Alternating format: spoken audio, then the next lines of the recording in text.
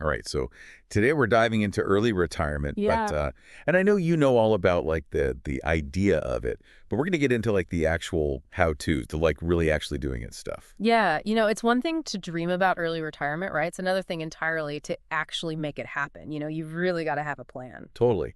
And one of the things that really stood out to me in the research was this emphasis on like knowing your why. Oh, absolutely. It's not enough to just say, I want to quit my job. You have to have a clear vision. Like, what is it specifically that you want to do with your time and freedom? Yeah, like are you picturing yourself, I don't know, like backpacking through Europe or finally launching that business you've always talked about? Right. Or maybe it's something simpler, like just having the flexibility to spend more time with family or pursue a passion. Exactly.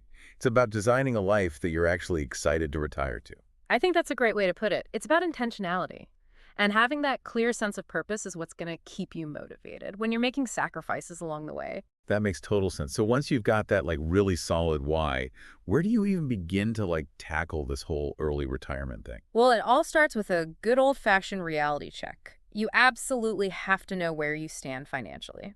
Okay, so no sugarcoating here. None whatsoever. We're talking about getting really real with your income, your expenses, your savings rate. You got to see those numbers. Exactly. It's all about understanding your starting point so you can build a roadmap to get to where you want to be. Speaking of roadmaps, our sources kept mentioning this thing called the FIRE movement. Right. FIRE, which stands for Financial Independence Retire Early. It's become kind of a buzzword, but it's often misunderstood. So break it down for us. Like, what is FIRE really all about? At its core, FIRE is about taking control of your finances so you can achieve financial freedom and potentially retire much earlier than traditional retirement age. Okay, so it's not just about like penny pinching every single dollar. Not at all, although being mindful of your spending is definitely part of it. It's more about understanding that the more you can save and invest today, the faster you can reach financial independence. So it's like a long game. Exactly. It's about making choices now. That will pay off in the long run. Yeah, give you that freedom and flexibility down the road. Exactly. Okay. Yeah. It's about aligning your spending with your values so you can free up more money to invest and grow your wealth. Right. So it's not necessarily about deprivation. It's more about being intentional with your money. Precisely. You don't have to live a completely austere lifestyle to achieve FIRE. It's about making conscious choices that align with your priorities. And freeing up those resources to invest in your future. You got it. So we talked about like this whole idea of aggressive saving. But what does that actually look like in practice? Like how aggressive are we talking here? Right. It's definitely a bit of a buzzword, isn't it? Aggressive saving. Yeah, it makes it sound like you have to like, I don't know, like live on rice and beans or something. Right. Haha. Yeah. No, not exactly. It doesn't have to be about extreme deprivation. It's more about being strategic with your spending. Okay, so like where do you even begin? Well, a lot of the sources we looked at emphasized the importance of tackling your biggest expenses first. Makes sense. Those are the areas where you can probably Yeah. free up the most cash flow, right? Exactly. And those big three are usually housing, transportation, and food. Okay, so like what could you actually do? Well, for housing, could you downsize? Or maybe explore renting out a room? Oh yeah, that's a good one. And for transportation, could you bike to work a couple days a week? Or maybe carpool? Right, or even just downsize to a less expensive car. Exactly. There are a lot of creative solutions. And then food. I feel like that's a big one for a lot of people. Oh, absolutely. I mean, those takeout meals and coffee runs can really add up. Yeah, no kidding. So meal planning is a huge one, and cooking at home more often. Totally. And being mindful of what you're actually buying at the grocery store. Exactly. It's about making those small changes that can make a big difference over time. I like it. So we've tackled the big expenses. What else can we do to boost those savings? Well, once you've freed up some cash flow, automation is your best friend. Oh yeah, I love automation. Right. It just makes things so much easier. Totally, because you don't even have to think about it. Exactly. You just set it and forget it. So like, what are we automating here? Well, basically any kind of savings or investment contribution that you can make automatic. Okay, so like setting up automatic transfers from your checking to your savings. Exactly. Or even better, directly to your investment account. Right, so the money is invested before you even have a chance to spend it. Precisely. It's a fantastic way to make sure you're consistently saving. And staying on track with your goals. Absolutely. So we've talked about saving, but what about the investing side of things? That's where things start to feel a bit more complex for me. Yeah, investing definitely plays a crucial role in early retirement. but it doesn't have to be overly complicated. So where do you even begin? Well, one of the most important things is to diversify your investments. Diversification. Yeah, it's all about not putting all your eggs in one basket. Okay, so spread your money around. Exactly. Invest in a variety of different asset classes like stocks, bonds, real estate. Okay, that makes sense. So if one investment does poorly, it doesn't tank your entire portfolio. Right, exactly. Diversification helps to mitigate your risk. So what are some of the specific investments that people aiming for early retirement should consider?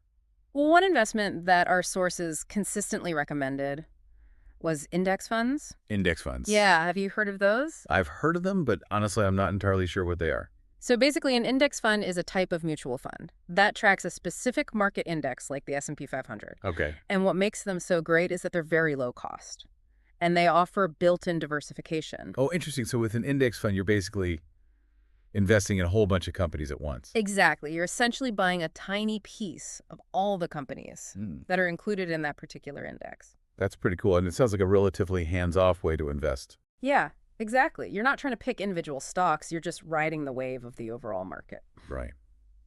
Makes sense. So index funds are definitely something to look into. Absolutely. What about real estate? I know a lot of people who are into real estate investing. Yeah, real estate can be a great way to build wealth and generate passive income. Passive income.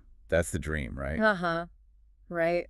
But it also seems like it could be a lot of work. Yeah, real estate definitely requires more hands-on management than investing in index funds. Right. You have to deal with tenants and repairs and all that. Exactly. But it can also be very rewarding. Okay. So there are definitely pros and cons to weigh. Absolutely, as with any investment. So we've talked about saving and investing.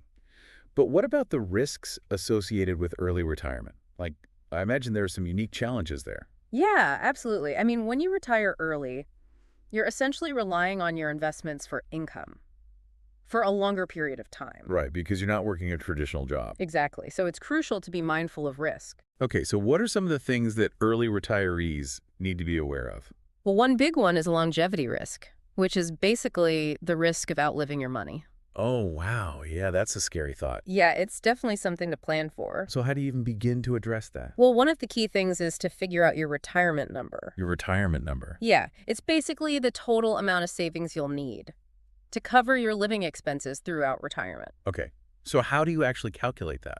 Well, there are a few different methods, but one common one is to use the 4% rule. The 4% rule. What's that? So basically, it suggests that you can safely withdraw 4% of your retirement savings each year without running out of money. Okay, and that accounts for inflation and everything. Exactly. Yeah, just that. So to make that work, you need to have saved up roughly 25 times your annual expenses before you retire. Wow, 25 times. That's a lot. Yeah, it sounds like a lot, but it's definitely doable, especially if you start early and stay consistent with your saving and investing. That makes sense. So for example, if you think you'll need $40,000 per year to live comfortably, you would aim to have at least $1 million saved before you retire. Okay, that's a helpful benchmark. Yeah, and of course, everyone's retirement number will vary depending on their individual circumstances and goals. Right, like where you live and what kind of lifestyle you want to have. Exactly. That makes sense. Yeah, it's not like a one-size-fits-all kind of thing. But like, okay, you've got your number, you've got your plan.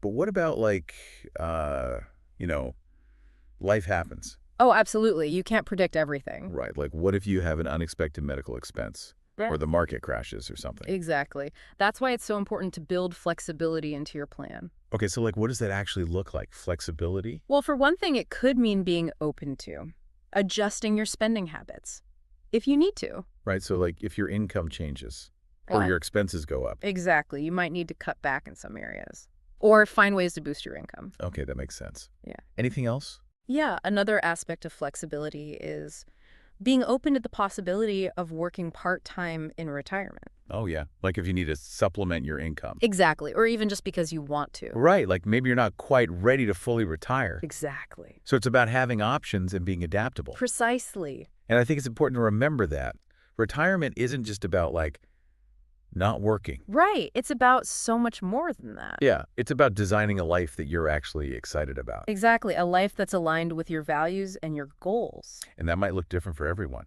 Absolutely. There's no one right way to retire. I love that. So for our listeners who are like, okay, I'm on board with this whole early retirement thing, What's like one concrete step they can take right now? Start tracking your spending. Okay. Like, seriously, write down every single dollar you spend. For how long? I would say at least a month. Okay. And what will that tell them? You'd be amazed at how much you can learn just by seeing where your money is actually going. Right. It's all about awareness. Yeah.